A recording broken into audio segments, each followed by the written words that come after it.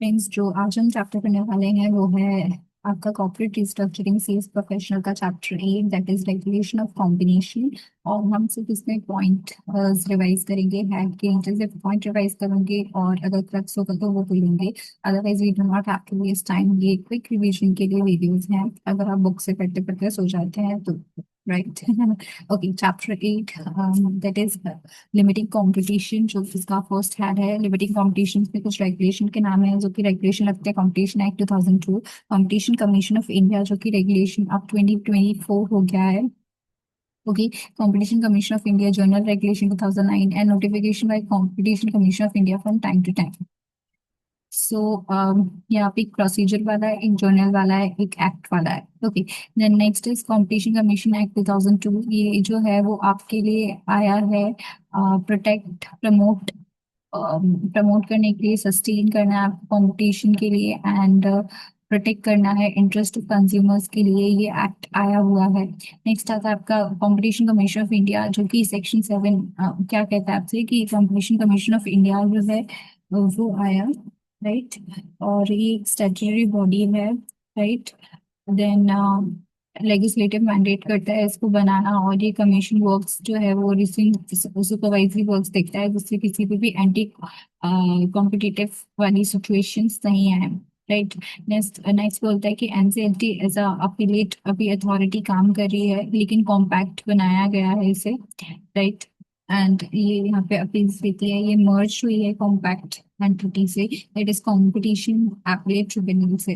अब एनसीएलटीज पे काम करता है। नेक्स्ट आपका आता है kinds of combination. Kinds of combination यहाँ पे आते हैं horizontal combination, vertical, conglomerate, domestic and cross border. Horizontal combination क्या है? जो हम टू और मोर एंटिटीज जो है engage in producing same good, जो कि सेम गुड या रेंडरिंग सेम सर्विसेज कर रही है, they are termed as competitive to each other अगर है तो वो हॉरिजॉन्टल कॉम्बिनेशन में आती है। वर्टिकल कॉम्बिनेशन आपका वो हो गया जब दो entity joining together for two और more enterprise where one of them is actual potential supplier of the goods और सर्विसेज टू अदर, जो कि सप्लायर है गुड्स ऑफ सर्विसेज के, ठीक है। यहाँ पे सेम थी इन टर्म्स ऑफ सर्विसेज या in terms of same good जो है वो थी। यहाँ पे पोटेंशियल सप्लायर है। कॉन्ग्लोमरेट जो होगी combination it is not having horizontal vertical connection का कोई भी कनेक्शन ही नहीं है, सेम सिमिलर है नहीं। डोमेस्टिक मतलब जॉइंट टुगेदर इंटरप्राइजेस जो कि लोकेटेड इन इंडिया ओनली, तो डोमेस्टिक हो जाएगा। और अगर क्रॉस बॉर्डर मतलब जहाँ पे टू और मोर एंटरप्राइजेस जहाँ पे ऑपरेटिंग इन अदर कंट्रीज, तो हो जाएगा आपका कॉन्ग्लोमरेट। नेक्स्ट आता है कॉम्बिनेशन रेगुलेशन। कॉम्बिनेशन रेगुलेशन जो है वो कॉम्पिटिशन एक्ट 2002 इस पे लग रहा है, जो कि अगर कंपटीशन में appreciable adverse effect on competition लाते हैं तो वो क्या होता है, इसका डिफिनेशन दिया हुआ है। अगर आपका रेलेवेंट मार्केट यहाँ पे जा रहा है, राइट, प्रोडक्ट और जोग्राफिकली आप जा रहे हो, या identification of overlap relevant market आपको मिलता है कि ओवरलैप हो रहा है रेलिवेंट मार्केट में, या कॉम्बिनेशन जो कि सस्पेक्ट करता है, एनालिसिस करता है, act involving benefiting and adverse effect जो कि क्रिएट कर रहे हैं, वो सब आते हैं आपके कॉम्बिनेशन रेगुलेशन के अंदर। तो रेलिवेंट मार्केट भी आ जाता है, ओवरलैप ऑफ रेलिवेंट मार्केट भी आ जाता है। Next is what is combination. So combination जो है वो India versus Thomas cook of India AINR में बताया गया है कि कॉम्बिनेशन क्या है, इसका सेक्शन इज 5, याद रखेंगे। नेक्स्ट आपका बोल रहा है combination form an acquisition of control by person और enterprise when such enterprise is already acquired indirect control over another enterprise। so combination ये होता है कि कंट्रोल आप कैसे ले रहे हो, राइट। तो कंट्रोल या तो आप एक दूसरी एंटिटी में आप कंट्रोल ले रहे हो डायरेक्टली, या फिर आप किसी और एंटिटी में कंट्रोल ले रहे हो जो कि इनडायरेक्टली आपका उस एंटरप्राइज में प्रोडक्शन, डिस्ट्रीब्यूशन या पेमेंट से आपका उसमें कंट्रोल होते जा रहा है, तो भी इसमें आएगा। मर्जर अमलगमेशन भी इसमें आ जाते हैं, मर्जर अमलगमेशन के थ्रू आप जा सकते हो। ये थ्रेशोल्ड, मिनिमम थ्रेशोल्ड रिक्वायरमेंट जहाँ पे पूरी करनी थी, आपका एसेट, आपका टर्नओवर इंक्रीज हो गया है, तो भी आप जा सकते हो। तो डायरेक्टली, इनडायरेक्टली एंड इनडायरेक्टली आप ले रहे हो, फिर स्पेशल रखते हैं मर्जर अमलगमेशन जहाँ पे आपका प्रोडक्ट आप ले रहे हो, जोग्राफिकल ले रहे हो, रेलेवेंट मार्केट ले रहे हो, डिस्ट्रीब्यूशन ले रहे हो, सप्लाई ले रहे हो, या फिर सेल ले रहे हो, तो वो सब क्या आएगा, कॉम्बिनेशन की डेफिनेशन में आएगा, दैट इज सेक्शन 5। नेक्स्ट आपका जो थ्रेशोल्ड लिमिट है अगर आपको नोटिस कब देना है उसका थ्रेशोल्ड लिमिट होता है, तो कॉम्बिनेशन और नोटिस अगर आप इन लिमिट्स के अंदर हैं तो आपको नोटिस नहीं रिक्वायर्ड होगा। बट अगर इन लिमिट्स से आप एक्सीड करते हैं तो आपको बट ऑब्वियस नोटिस रिक्वायर्ड होगा। Okay, so if acquisition merger or amalgamation of a resulting company and combined entity above the limit given, अगर इस लिमिट के अबव है तो आपको नोटिस लगेगा। ओके, सो ये लिमिट्स जो है वो चेंज हो गई हैं and I will just write it out the change limit. Okay, so एक मिनट, जस्ट सिलेक्ट टेक्स्ट वाला।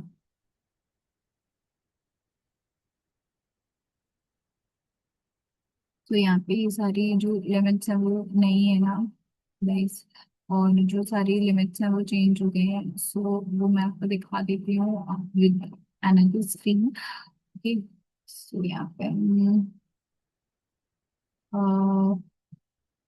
एक सेकेंड में शेयर पे जाती हूँ एंड हम दूसरी स्क्रीन शेयर देखते हैं। स्क्रीन जो होगी, यस, तो ये हमारी न्यू लिमिट्स आ गई हैं। यहाँ पे देखते हैं हम न्यू लिमिट्स। ओके, सो यहाँ पे न्यू लिमिट्स नोटिस की ये देखेंगे आप। सो अगर आपका एसेट है, asset in India individual level पे दो सेक्शंस बनते हैं, इन इंडिया और in India and outside India दो सेक्शंस बनते हैं इंडिविजुअल लेवल पे। इंडिविजुअल लेवल पे अगर एसेट और टर्नओवर ये दो कॉलम्स बनते हैं। अगर आपका एसेट जो है वो 2500 करोड़ का है, और अगर हम इस तरफ जाएंगे it means if we are going to a row तो हम इंटू थ्री करेंगे, that is 2500 into three, that is 7500। अगर आपका टर्नओवर है, ठीक है, इंडिविजुअल लेवल पे। और इन केस ऑफ ग्रुप लेवल पे अगर आपका इंडियन लेवल पे अगर 10,000 है ना एसेट साइज, और आपका turnover is 30,000, that is again into three. तो आपको जो है वो क्या बोलते हैं, नोटिस नहीं देना है अगर इतनी साइज का, अगर इससे अब होता है तो आपको लगेगा। और in inside India and outside India अगर हम देखते हैं तो it is again 1.2 billion, in which at least 1250 Indian currency का होना चाहिए यूएन डॉलर में, and 3.75 billion case of turnover, जिसमें से 3.750 should be of Indian currency, right.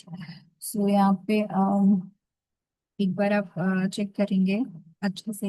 In case of group level जो है आपका 5 बिलियन होना चाहिए, again 1250 in Indian currency, and 15 billion जहाँ पे 3750 होगी इन इंडियन करेंसी, तो ये कॉम्बिनेशन कहलाएगा, राइट।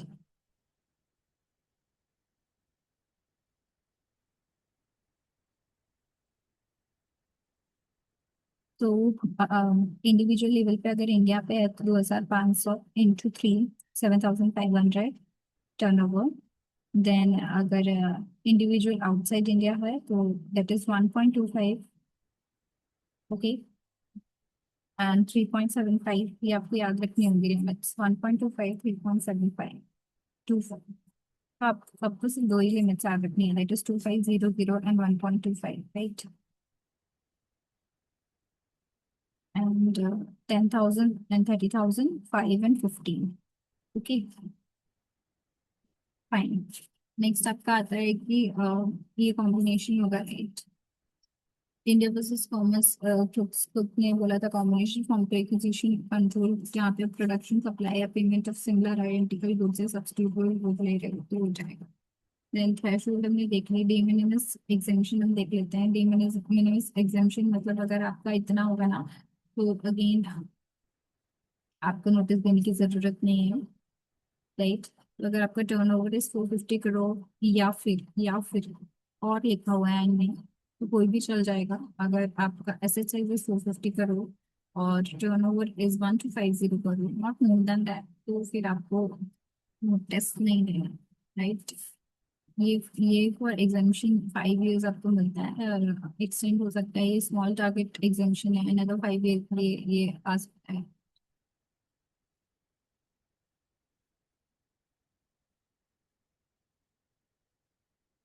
Hmm.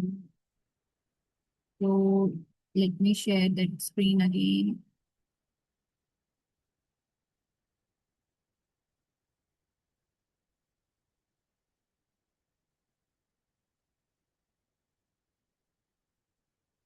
यार बॉस क्यों गई?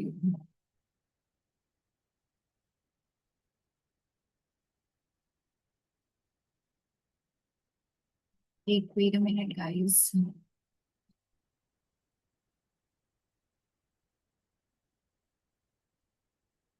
ओके. नाउ नेक्स्ट हम देखते हैं एंटी कॉम्पिटेटिव एग्रीमेंट क्या है. एंटी कॉम्पिटेटिव एग्रीमेंट जो है वो सेक्शन 3 में बताया गया है, जहाँ पे आप डायरेक्टली इनडायरेक्टली किसी का परचेस ले रहे हो, सेल ले रहे हो, प्रोडक्शन ले रहे हो, सप्लाई ले रहे हो, मार्केट ले रहे हो, या कोलिजिव बिडिंग कर रहे हो. ठीक है, तो ये सब आता है. एंटी जो कि effort adverse effect on competition create कर रही है, तो ये आता है आपका एंटी कॉम्पिटेटिव एग्रीमेंट. नेक्स्ट आता है आपका group and turnover. Group and turnover ये वाला. सो ग्रुप यहाँ पे ग्रुप ग्रुप यहाँ पे मतलब होता है, अगर आप 50% वोटिंग राइट ले रहे हो, 26% ऑफ शेयर्स ले रहे हो, दूसरे एंटरप्राइज के राइट और कंट्रोल ले रहे हो, मैनेजमेंट में 50% ऑफ वोटिंग राइट ले रहे हो. यहाँ पे 26% है guys. 26% of board of directors ले रहे हो.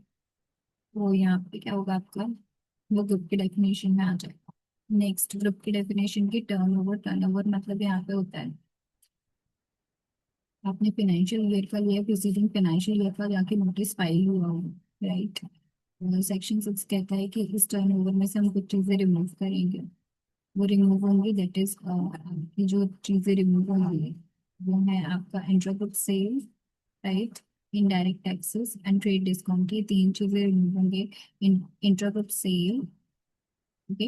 Intergroup sales, indirect taxes and trade discount. Intergroup sales, indirect taxes and trade discount. Intergroup sales, indirect taxes and trade discount. ये चीज अगर ग्रुप टर्नओवर से रिमूव की जाएंगी.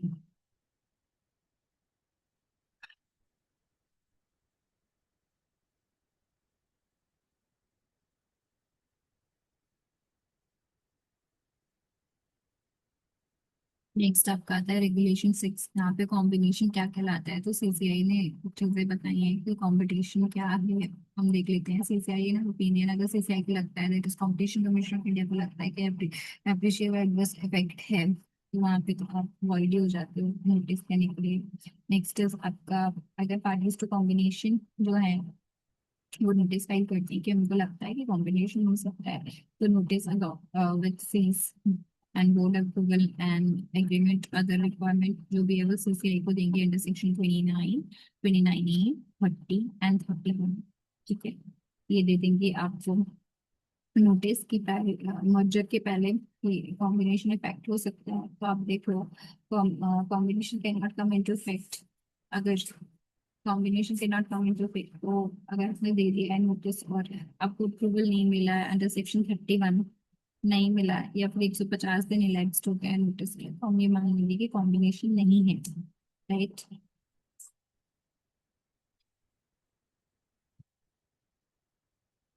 कुछ जो प्रिस्क्राइब इंटरप्राइजेस है उनको नोटिस देना होता है. अनदर रूल्स है, दैट इज रूल 6 सब अंडर सेक्शन 6 सबसेक्शन 4 में सीसीआई को. और जो सीसीआई वो एक्नॉलेजमेंट देता है कि combination is deemed to have been approved. Combination approve हो चुका है. अगर 6(4) के अंदर कंपनी ने कुछ false interest material incorrect information दी है, तो वो कॉम्बिनेशन जो है वो वैधा के इनिशियो ही होगा.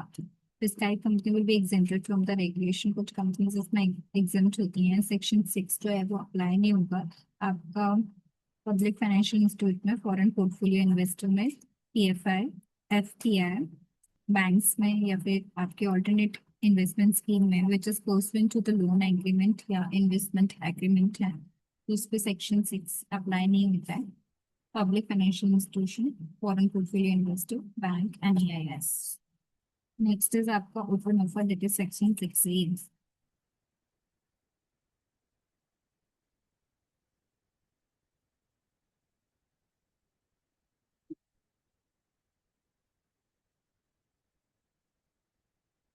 सेक्शन 6 से जो है वो है कि अगर एक्वायर जो है वो टारगेट कंपनी को ले रहा है, तो ओपन ऑफर देना पड़ेगा to be given under TC, that is target company को ओपन ऑफर देना पड़ेगा. अगर does not prevent giving open offer, इसका मतलब ये नहीं है कि आप ओपन ऑफर नहीं देंगे अगर आप सेक्शन 6 के अंदर आए हैं. अगर notice of acquire is given to, notice of acquisition हम दे चुके हैं सीसीआई को कि हमारा बड़ा है ही नहीं भाई, हमको रिक्वायर्ड है ही नहीं, तो हम क्यों देंगे ना। And acquisition does not acquire any share holding control, हम कुछ भी ले ही नहीं रहे हैं कंपनी का, ना शेयर ना वोटिंग ना control up till CCI is received, right. So एक बार 6A को हम यहाँ से भी देखते हैं, जो 6A है आपका, राइट। अगर कॉम्बिनेशन हो रहा है, कॉम्बिनेशन जो है attract open offer under the takeover code, open offer attract करता है टेक ओवर कोड के अंदर, अगर तो सीसीआई को आपको नोटिस देना होगा और सीसीआई का वेट करना होगा कि वो आपको अप्रूवल दे, राइट। तो तब तक के लिए आपको, आपके पास ऑब्लिगेशन है कि आपको ओपन ऑफर देना है। अगर अप्रूवल मिल जाता है then only consummate the takeover, तो टेक ओवर नहीं लगेगा, and acquire can exercise the control, तभी आप एक्वायर एक्सरसाइज कर सकता है कंट्रोल, राइट। नेक्स्ट आपको जो आता है वो आता है सेक्शन,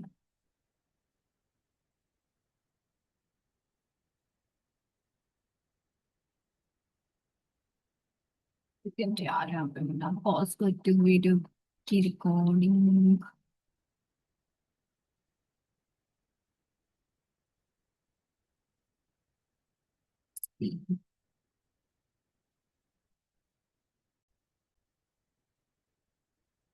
ओके, सो गाइस अब जो हम नेक्स्ट सेक्शन पे आ रहे हैं वो आपका सेक्शन है यहाँ पे exemption, exemption to banking sector and oil gas sector. So exemption मिला है आपको banking sector and oil gas sector में। एग्जाम्शन पहला आता है रीजनल रूरल बैंक को, देन आपका आता है जो कि सेंट्रल गवर्नमेंट देता है, issued by minister of corporate affairs section 5(6) of competition act में। फिर नेशनलाइज्ड बैंक को आता है, regional bank, nationalised bank and oil and gas sector को आता है parts of petroleum act of 5(6), ये सारी यहाँ पे आ जाती हैं। नेक्स्ट आपका आता है डेफिनेशन ऑफ कंट्रोल। अगर हम कंट्रोल का डेफिनेशन देखेंगे तो जो कि सेक्शन 5 में डिफाइन है, अगेन सेक्शन 5 में ग्रुप का डेफिनेशन डिफाइन है, जाके दो मोर एंटरप्राइज जो है एक्सरसाइज कर रहे हैं 26% या फिर higher percentage of voting rights, ठीक है, इन द एंटरप्राइज में appoint more than 50% of its member, जो अपॉइंट कर रहे हैं more than 50% of member and control the management of affairs, यहाँ पे कंट्रोल कर रहे हैं हम मैनेजमेंट ऑफ अफेयर्स को, तो ये सेक्शन 5 में आता है, राइट। ओके, सो 26% आप कर रहे हो वोटिंग राइट को, 50% और मोर मेंबर्स को कंट्रोल कर रहे हो मैनेजमेंट ऑफ अफेयर्स। नेक्स्ट आता है inquiry into combination by commission.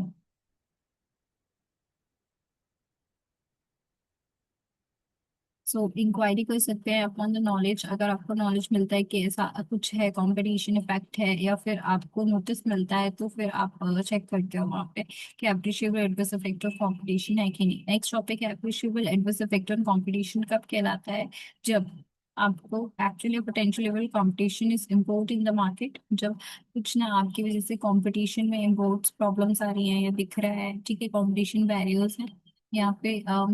आप एक्सटेंट ऑफ बैरियर लगा देते हो कि शायद अब कोई एंटिटी आ ही नहीं पाए न्यू मार्केट में, या लेवल ऑफ कॉन्सेंट्रेशन आपके हाथ में ज्यादा हो रहा है, ठीक है, डिग्री ऑफ काउंटरविलिंग पावर आपके पास है, लाइकलीहुड ऑफ कॉम्बिनेशन जहाँ पे इंक्रीज हो रहा है, सब्सटेंशियली इंक्रीज हो रही है प्राइस या प्रॉफिट मार्जिन, आप कंट्रोल कर रहे हो, मोनोपोली ले रहे हो मार्केट में, right. Extent of effect of competition sustain in the market, आप इफेक्टिव कॉम्पिटिशन ले रहे हो, सस्टेन ले रहे हो मार्केट में, काउंटर विलिंग पावर ले रहे हो, इंक्रीज कर रहे हो प्रॉफिट मार्जिन, या बैरियर लगा रहे हो, या फिर क्या बोल रहे हैं, substitute is available likely to be available in the market, जो सब्स्टिट्यूट है उसमें इफेक्ट आ रहा है आपका, ठीक है। रेलिवेंट मार्केट पर्सन, ये person of enterprise of combination individually and like combination, उसमें प्रॉब्लम आ रही है, ठीक है, likely that the combination will result in removal of vigorous and effective competition, यहाँ पे रिजल्ट हो रहा है removal of vigorous and effective competition, result हो रहा है, ठीक है। Nature of extent of vertical integration, vertical integration हो रहा है मार्केट में। Then possibility of feeling, feeling of the business, अगर पॉसिबिलिटी है फीलिंग कि बिजनेस में वर्टिकल इंटीग्रेशन हो रहा है या इनोवेशन एक्सटेंट हो रहा है, ठीक है। Advantage by the way of economic development, ठीक है, लाइकली टू इकोनॉमिक डेवलपमेंट में अप्रिशिएबल एडवर्स इफेक्ट आ रहा है, तो ये सब कहलाएगा आपका appreciable adverse effect on competition. एक बार देखिए potential level of competition barrier create कर रहे हो, कंपटीशन को डोमिनेट कर रहे हो, वर्टिकल इंटीग्रेशन हो रहा है, इनोवेशन में प्रॉब्लम है, इकोनॉमिक डेवलपमेंट प्रॉब्लम है, या फिर विग्रेस इफेक्टिव कंपटीशन हो रहा है, ठीक है, substitute are not available, substitute में दिक्कत आ रही है, तो ये अप्रिशिएबल एडवर्स इफेक्ट होता है। रेलेवेंट मार्केट मतलब जहाँ पे आप काम कर रहे हो, रेलेवेंट जोग्राफिक मार्केट जहाँ पे आपकी ज्योग्राफी लाइंस है, एंड रेलिवेंट प्रोडक्ट मार्केट है, तीन टाइप के मार्केट दिए हुए हैं। चलो ये वाला सेक्शन जो है आपका वो सेक्शन 5 है, तो हम एक बार सेक्शन 5 देखते हैं। तो जो सेक्शन 5 है ना, ये सिर्फ जस्ट आपको बताता है कि whether the acquisition, merger or amalgamation is above the threshold is prescribed। अगर above the threshold prescribed है या फिर डी मिनिमस में कवर नहीं होता है तो अ, आपको नोटिस देना कंपलसरी है, ओपन ऑफर करना कंपलसरी है। आप दोनों दो रूट से जा सकते हो, रूट नंबर 62 एंड 64 के थ्रू। 62 जो होता है वो रेगुलर रूट है, एंड 64 फॉर प्रिस्क्राइब कंपनी का रूट होता है, ठीक है। नेक्स्ट, अगर आप 62 से जाते हैं, 6A से जाते हैं, तो आपको फॉर्म 2 देना होगा सीसीआई को विथ फीस। फीस आपकी लगेगी 30 या फिर 90 लाख। 30 लाख इन case of form 1, 90 lakh in case of form 2। लेकिन अगर आप 62 या 6A से जा रहे हो तो फॉर्म 2 कंपलसरी है with 90 lakh fees and request of confidentiality. अगर उन्होंने बोली है तो समरी ऑफ कॉम्बिनेशन देंगे जिसमें 1000 वर्ड की समरी को उससे ज्यादा नहीं, ठीक है। 62 और 6A क्या कह रहा है, the party are engage in production, supply या distribution of storage of identical substitutable goods. आप आइडेंटिकल सब्स्टिट्यूटेबल गुड की प्रोडक्शन, सप्लाई या डिस्ट्रीब्यूशन में एंगेज हो जहाँ पे आपका combined market share is more than 15% of relevant market. आपका जो शेयर है वो 15% से ज्यादा है मार्केट में, और जो वेराइटीज है उनसे। if the parties are engaged at different stage of level of production change, जो पार्टीज हैं वो different different stage of production chain में है, तो भी इसमें कवर होते हैं। एंड कंबाइंड मार्केट शेयर अगर आप देखो सेम में एंगेज हो तो 15%, और अगर डिफरेंट में एंगेज हो तो 25% आपके पास रेलिवेंट मार्केट का है। तो आपको 6 to 6A से आना कंपलसरी है, फॉर्म 2 भरना है जिसका फीस 90 लाख हो जाता है। अदरवाइज आप 6 4 से आ सकते हो, ओके।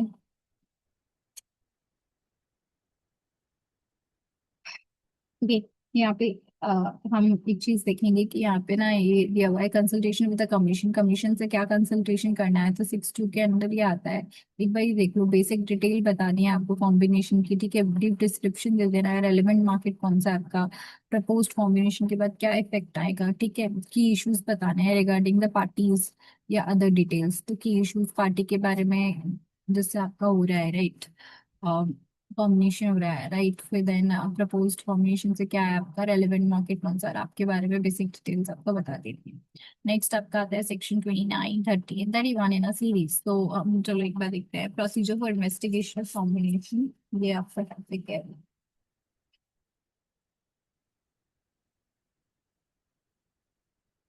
करना हम सेक्शन 6 4 को मैं आपको बता देती हूँ। 6 4 जो है वो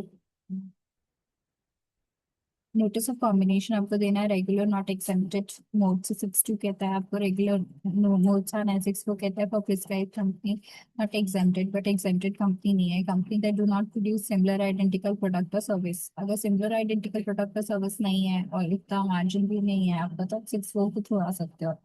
not engaging the activity related to production, supply, distribute, storage and service of the product, तो आप 6 4 से आ सकते हो। देखो, आइडेंटिकल गुड नहीं है, इंगेज में ही नहीं है वो एक्टिविटीज में, या फिर different level of stage of production which are not complementary, complementary भी नहीं है, तो आप 6 4 से आ सकते हो, अदरवाइज आपको 6 2 से आना कंपल्सरी होगा। नेक्स्ट आपका आता है प्रोसीजर फॉर कॉम्बिनेशन। देखो, आपको ना इंक्वायरी देनी होगी सबसेक्शन 20 में। तो 20 का क्या बोलता है, inquiry into combination by commission जो है वो इंक्वायरी देनी होगी सीसीआई को 21 में। Suo motu with in 1 year from combination suo motu देंगे। 22 में हम नोटिस देंगे 6 2 का।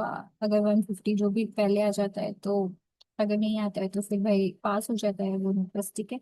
With combination causing appreciable adverse effect, ये चेक किया जाता है। 23 कहती है सेंट्रल गवर्नमेंट प्रिस्क्राइब करती है एक थ्रेशोल्ड एंड फैक्टर डिटरमाइन करते हैं appreciable adverse effect on competition के। नेक्स्ट आपका आता है सेक्शन 29 जो कि यहाँ पे है।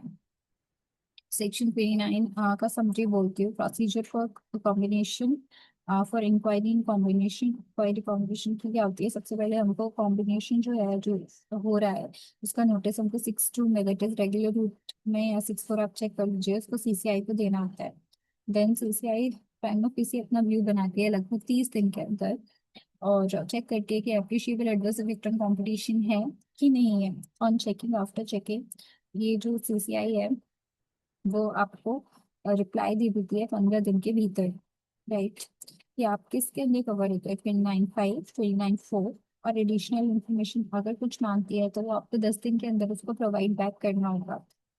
आफ्टर, फिर उसके बाद ये सब करने के बाद वो आपसे एक रिपोर्ट मांगती है, वो रिपोर्ट ही डायरेक्टर जनरल को फाइल करता है सीसीआई, और डायरेक्टर जनरल से भी फिर एक रिपोर्ट मिलती है जो सीसीआई फाइनली रखता है।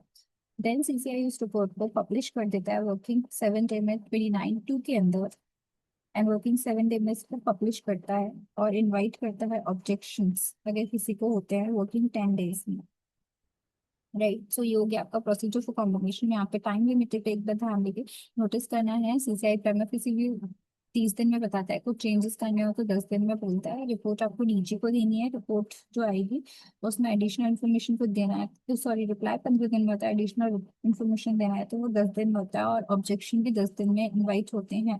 सो इसकी बनती है 30, 15, 10, 10, और नोटिस जो पब्लिश होता है वो 7, तो 30, 15, 10, 7, 7, 10, ये इसका टाइमलाइन बनता है। नेक्स्ट जो टॉपिक है वो सेक्शन 29A का है, ठीक है, 29A यहीं पर है। So by CCI proposal of modification, अगर सीसीआई बोलता है कि आप मॉडिफाई कर दो तो ठीक है, ये कॉम्बिनेशन नहीं कहलाएगा, तो ठीक है मॉडिफाई भी कर सकते हैं, देखते हैं। स्टेटमेंट ऑफ ऑब्जेक्शन वाइज नहीं अप्रोचिएबल एडवर्स कॉम्पिटिशन का, तो थोड़ा भी लगता है सीसीआई के तो वो दे देता है नोटिस की है यहाँ पे। फिर CCI complete the process under 29 के अंदर वो अपनी प्रोसेस कंप्लीट करेगा। देन एक्सप्लेनेशन मॉडिफिकेशन को बोलेगा वो कि आपको 25 दिन का टाइम दे रहे हैं, आप बताओ भाई अपना एक्सप्लेनेशन दो कि क्यों कॉम्बिनेशन नहीं होना चाहिए। Show cause why should the CCI approve the combination, ये आपको बताना है। Then another modification to remove such appreciable adverse effect of suggestion of modification, जो आपका सजेशन दिया उसके 7 डेज में फिर से आपको बोल सकता है एक बार कि आप चेंज करो, और 40 दिन और वर्किंग 12 डेज में ये पूरा काम हो जाना चाहिए। सेक्शन 31 जो है वो आप देखेंगे 31, अगेन 31 कहाँ है, सॉरी 28 में पहले कर आप देखो 28 में क्या है। या तो अप्रूव कर सकता है, अप्रूव कर देगा तो भाई ठीक है अप्रूव भी हो गया, या तो रिजेक्ट कर सकता है या फिर मॉडिफाई कर सकता है, राइट। अप्रूव, रिजेक्ट, मॉडिफाई, ये 3 ऑप्शन होते हैं सीसीआई के पास, ठीक है। नेक्स्ट आपका आता है section 31। Section 31 that is order from CCI on combination पे, ऑर्डर कब होता है, आफ्टर इन्वेस्टिगेशन। देखो 1, 2, 3, 4, 5 टाइप की कैटेगरीज बनती हैं। फर्स्ट कैटेगरी कह रही है आफ्टर इन्वेस्टिगेशन, इन्वेस्टिगेशन के दौरान हो सकता है वो चेक करे कि appreciable adverse effect on combination है, तो वो डिक्लेयर कर देगा कि कॉम्बिनेशन है 31 के अंदर। आफ्टर इन्वेस्टिगेशन उसको लगता है कि appreciable adverse effect of competition, sorry नहीं है तो वो अप्रूव कर देगा। अगर उसको लगता है तो वो रिजेक्ट कर देगा आपकी एप्लीकेशन, राइट। और अगर appreciable adverse effect on competition है बट कैन बी रिमूव्ड, वो रिमूव हो सकता है मॉडिफिकेशन से, तो अप्रूव कर देगा। No prima facie opinion that appreciable adverse effect है, तो प्राइमा फेसी ओपिनियन नहीं बनाना है कि डीम्ड अप्रूवल है, नहीं, चेक करना है आपको, ठीक है। No action is taken by CCI अगर विद इन 150 डेज, तो दैट इज डीम्ड अप्रूवल की 31(6) के अंदर की appreciate risk effect on competition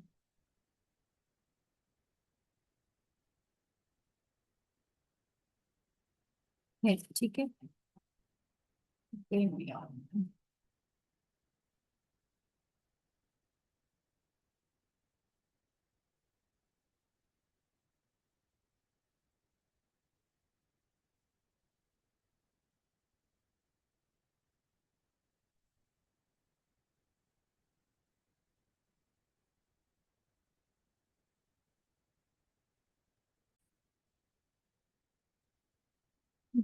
next आपका जो सेक्शन आता है वो सेक्शन आता है आपका, वेट अ सेकेंड स्क्रीन को ठीक कर दूं भाई। सो नेक्स्ट आपका जो सेक्शन आता है, सेक्शन 31 हमने आपको पढ़ा दिया। तीन चीजें थी, ठीक है।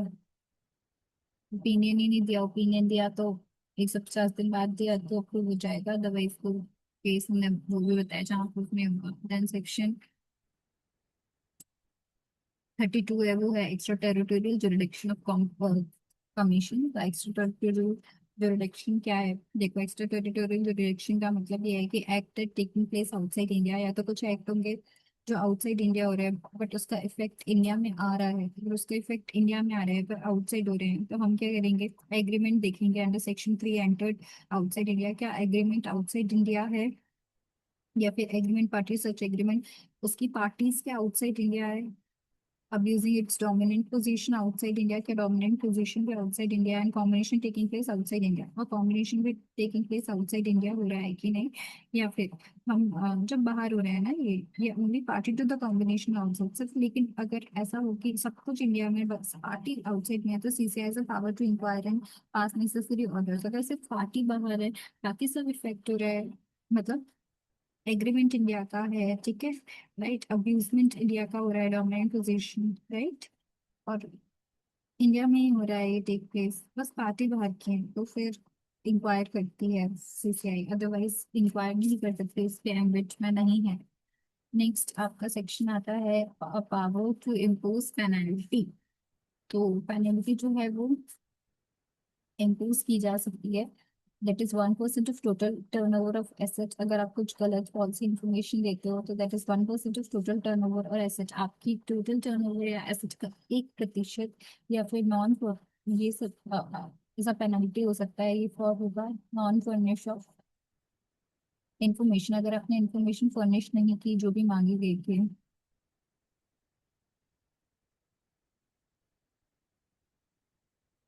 या फिर सेक्शन 5 की पनिशमेंट जो भी हायर होती है ये आपको लगेगी, ठीक है।